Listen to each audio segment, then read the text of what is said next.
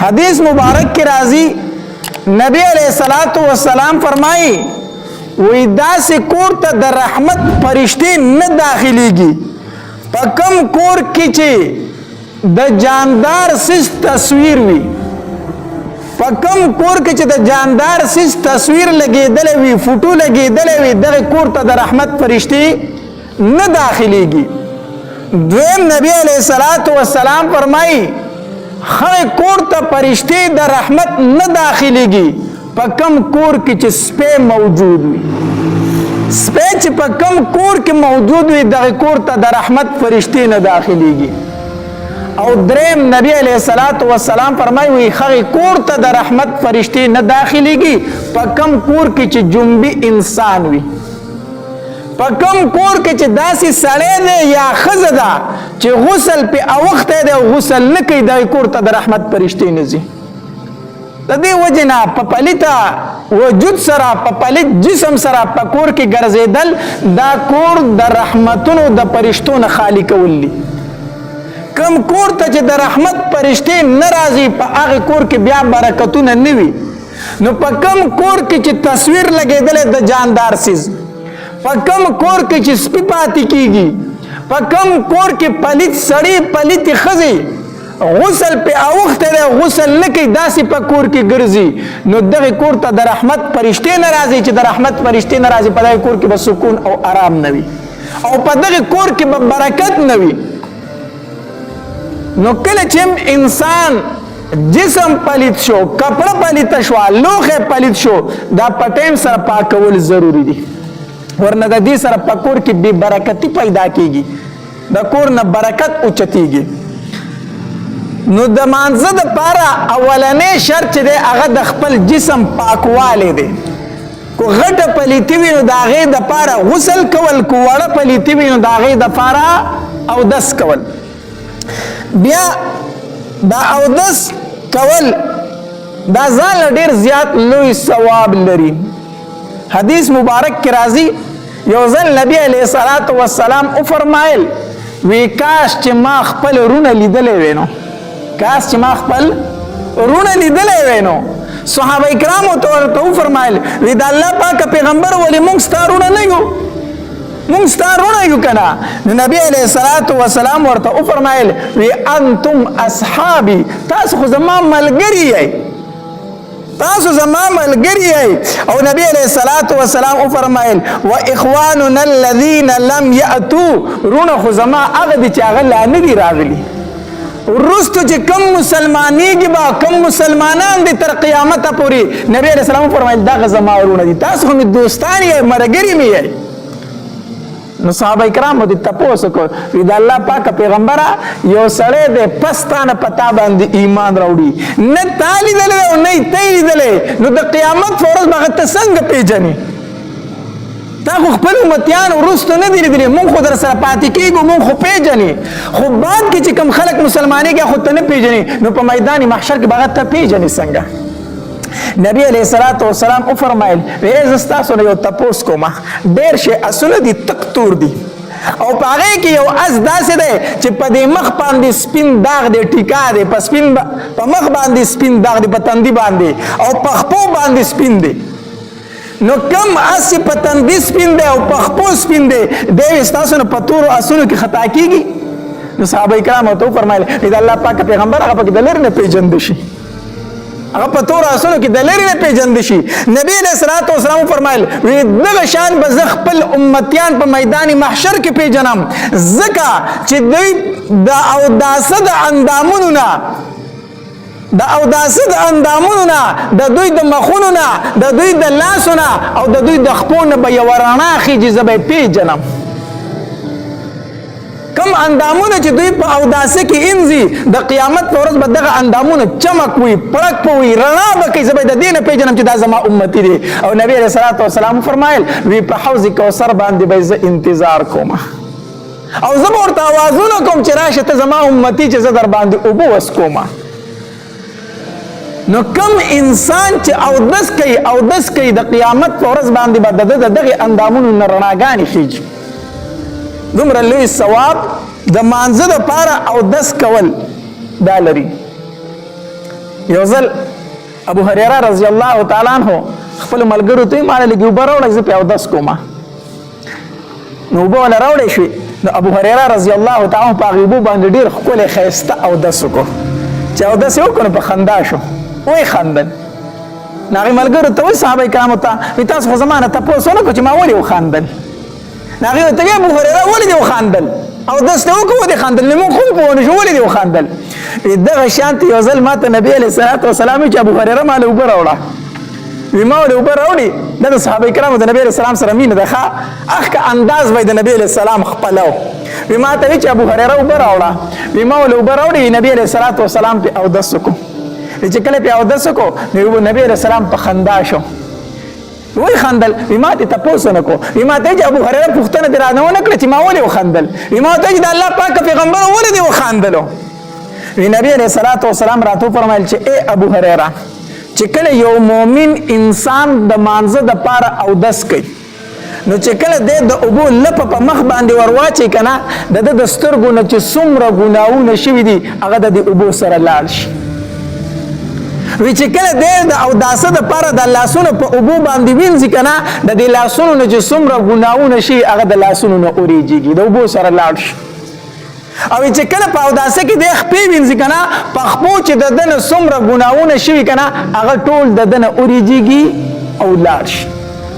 بیا بل روایت کې راځي نبی علیہ الصلوۃ والسلام فرمایي وای کوم انسان چې 5 وخت مونږ ته 5 ټایم او دس وکي د ګنا نه داسې پاک شو لکه د مور نه چې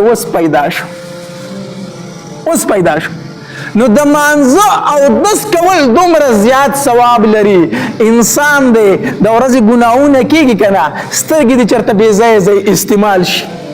لاسونه دي چرته غلط ځای ته ورشي خپې دي سړی دا کله په اختیار او کله بې اختیاره د ګناه طرف ته پې لاړ شي ټوله ورځ د سړي نه دا کوتاهۍ کېږي د سترګو کوتاهۍ کېږي د لاسونو کوتاهۍ کېږي د خپو کوتاهۍ کېږي او ته 5 وخته اودس کوي دا واړه واړه ګناهونه دي الله د دې اودس سره ختموي لرې کوي نو دومره زیات ثواب صرف په اوداسه کې دی په اوداسه کې دی حدیث مبارک کې راځي نبی علیہ الصلوۃ والسلام فرمایي وای الطهور شطر الایمان دا صفائی نه د صفائی دا نیم ایمان دی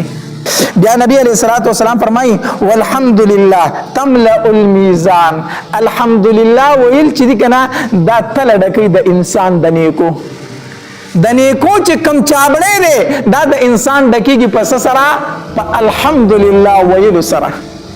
بیا نبی علیہ الصلوۃ والسلام فرمایل وسبحان الله والحمد لله تملأ ما بين السماء والارض نبی علیہ الصلوۃ والسلام فرمایل وی سبحان الله الحمد لله دا دومره زیات نیکی لري کنه چې د زمکه او د اسمان په مابین کې کوم خلا د داتې نه ډکیږي سبحان الله الحمدلله یو ځل دی ویل دومره ثواب لري لکه تر زمکه نه واله تر اسمانه پورې دا ځای چې څومره خالی دی داتې نه ډکیږي دومره زیات ثواب لري بیا نبی علیہ الصلوۃ والسلام او فرمایل والصلاۃ نور دا مونږ چې دا رڼا ده رڼا مونږ چې ده رڼا ده رڼا مطلب دا د قبر په تور تیارو کې مونږ رڼا ده د لحد په تور تمنو کې مونږ رڼا ده نو کو دا غواړي چې ما قبر کې ځان ته رڼا کړل نو د مونږ پابندي کوه دویم نبی علیہ الصلوۃ والسلام فرمایل والصدقه برهان صدقه دلیل دی دلیل صدقه څه شی دی دلیل دی صدقه چې کوم انسان کوي کنه دا د په ایمان باندې دلالت کوي ځکه صدقه کوم سړی نه کوي شوم سړی نه کوي شوم سړی څه نه کوي صدقه نه کوي حدیث مبارک کې راځي او دا شیطان په شوم سړی باندې ډیر کوشش نه کوي شیطان په شوم سړی ډیر کوشش نه کوي وای مړه دله دا بوخل پوره د ماته دومره ضرورت نشته دی دا شومتوب دلره پوره دی دا بخل دی اسی غر کوي نو ماته دومره ضرورت نشته دی نو نبی علیہ الصلوۃ والسلام فرمایي وی والصدقه برهان صدقه دلیل دی حدیث مبارک کې راځي وی دا صدقه د الله غضب داسې ختموي لکه اوبه چې په اور ورواړي اوبه چې په اور ورواړي اور په مړ شي دغه شانتي په صدقو سره د الله غضب سکیږي ختميږي نو والصدقه برهان نبی علیہ الصلوۃ والسلام فرمایي صدقه دلیل دی والصبر ضیاء او صبر چې دا رڼا ده نور دی چې کله دې صبر کو نو تا ته په شریعت باندې تل آسان شي او چې د هر چا خبر ځان ته مخې ته نیغه ودرې نو د دین اسلام به بیا یو کارونه کوي او بیا نبی علیہ الصلوۃ والسلام فرمایل ویل قرآن حجت لك او عليك دا قرآن یا ستا د پاره دلیل دی او یا پتا باندې دلیل دی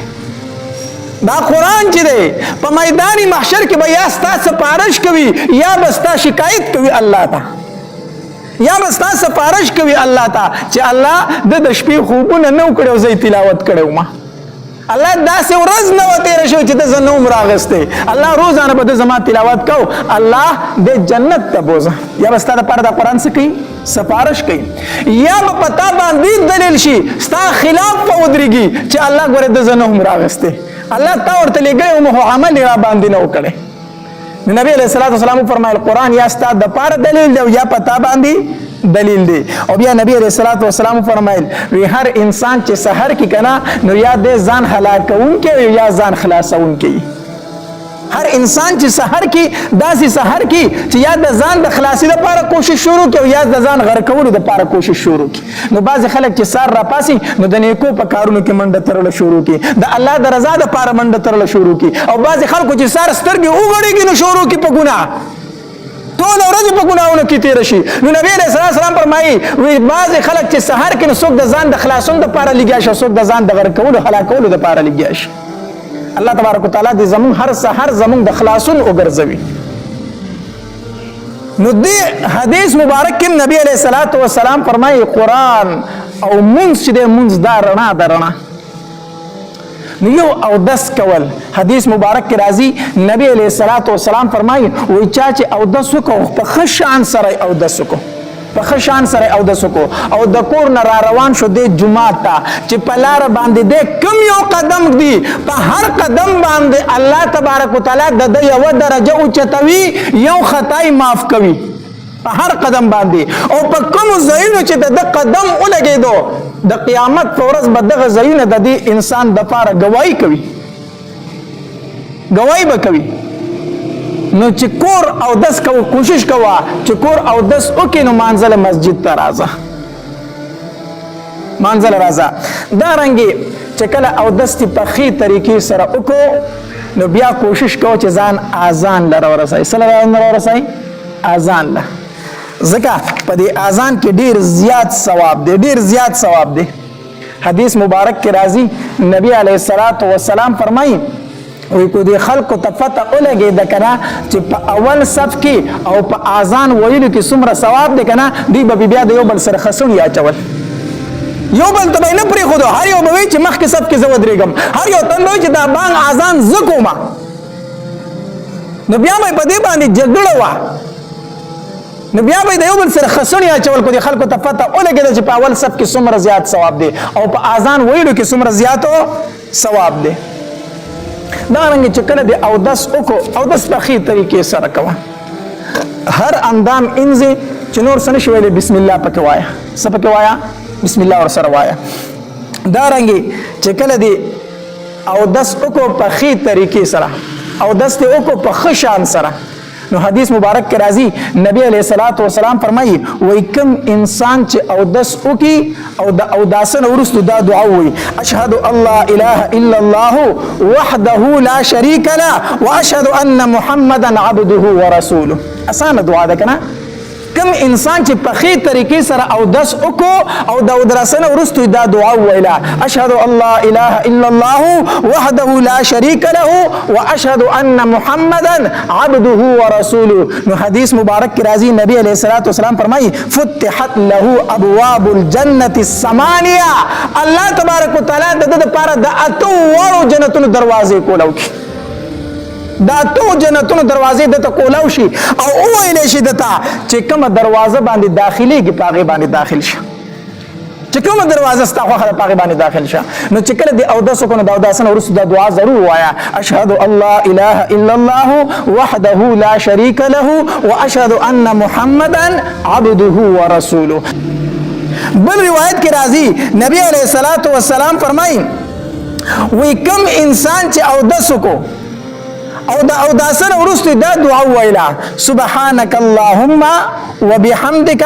اشهد ان لا اله الا انت استغفرك واتوب اليك دا اوداسن ورستو دا دعا ویلا سبحانك اللهم وبحمدك اشهد ان لا اله الا انت استغفرك واتوب اليك چې دا دعا ویلا نبی علیہ الصلوۃ والسلام فرمایي الله تبارک وتعالى فرشتو ته وی دا کم الفاظ چې اول دا اولی کوي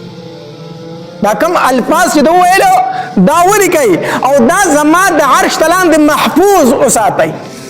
زما د عرش تلاندې دا الفاظ کې دا وی چې کله ورځ د قیامت شي د دې بدلی به ورل بیا زور کوم چې زما د شان سره څومره خای هغه بیا زما مرضی ده زما خوخه ده چې دته د دې څومره بدل ورکوم خدا الفاظ چې دا وی دا ورل د عرش تلاندې محفوظ کیده محفوظ کیده نو بهر حال او دس دا په خې طریقې سره پکار دی مونږ او دسونه کو خو دلته لګیایو او دس کو دلته دوه تنه د بل سره خبرې کو نو دلته کې اوبم ځای کېږي اوباسې بهیږي او دلته کې د اوداسه چې کوم ثوابونه دي دا غیر محروم شو دا غیر محروم شو یو اودس زمونږ په سمې طریقې سره نه دی بیا مسنون دعاګانې ویل د اوداسه نه وروستو بیا اذان ته ځان را رسول نو دا داسې خبرې دي چې دینه په شریعت کې ځان خبرول پکار دي هر ټیم کله کله زرا او زمان کله زرا او زم اذان نه شوي ټیم د مانځي او اذان نه شو ټیم پورای نو بیا ځما ماته مونږ چې بانګ نه دی ویلې شوی الکه چې نه دی ویلې شوی تاسو خلاص یې نه ویلې خو به وکنه مونږ چې اذان نه شو نو ناس نه مسلمان نه مانځل نه راغله نو اذان به کړه وکنه نو اذان یا ورزینه او یا ورته ځان بدخکاری یا ورزینه او یا ورته ځان بدخکاری حالانکه حدیث مبارک کې راځي نبی علیہ الصلوۃ والسلام فرمایي وای کوم انسان چې اذان وکړو او د اواز تر کم ځای پورې ورسېدو کوچ بوټه دی او کوشن بوټه دی ګټه دا او کلوټه دا چې د اواز ورته ورسېد تر ورځې د قیامت باندې به دا سيزونه د دې انسان د پاره گواہی کوي او دغه سيزونه د دې انسان د پاره د مغفرت دعاګانې غواړي او حدیث مبارک کی راضی نبی علیہ الصلوۃ والسلام به مؤذن د پاره دعا غوښتله کوم انسان به اذان کو نبی علیہ السلام به دعا غوښتله الله تو ورته مغفرت نصیب کا الله تو ورته نصیب کا الله تو ورته مغفرت نصیب کا مؤذن د پاره به نبی علیہ السلام دعا غوښتله دعا او حدیث مبارک کی راضی وی مؤذن به پورز د قیامت حس کا غړی ګرځي په میدان محشر کې به د 10 دنګ معنی حس کا غړی بګرځي سروچته بګرځي ځکه د الله عبادت ته بلنه کړی ده د الله عبادت ته خلق را بللې دي نو اول کوشش کوه چې اذان وکي داسې قسمه بیانات اوریدلو لپاره زموږ یوټیوب چینل واجد اسلامیک سټوډیو سبسکرایب کړئ په دې به تاسو ته ان شاء الله تعالی آهسته آهسته واقعیات او بیانات ملایويږي او د غنټې دا نشانه سره کلیک کړئ تاسو ته آینده نوې ویډیوګانې مخې ته راځي والسلام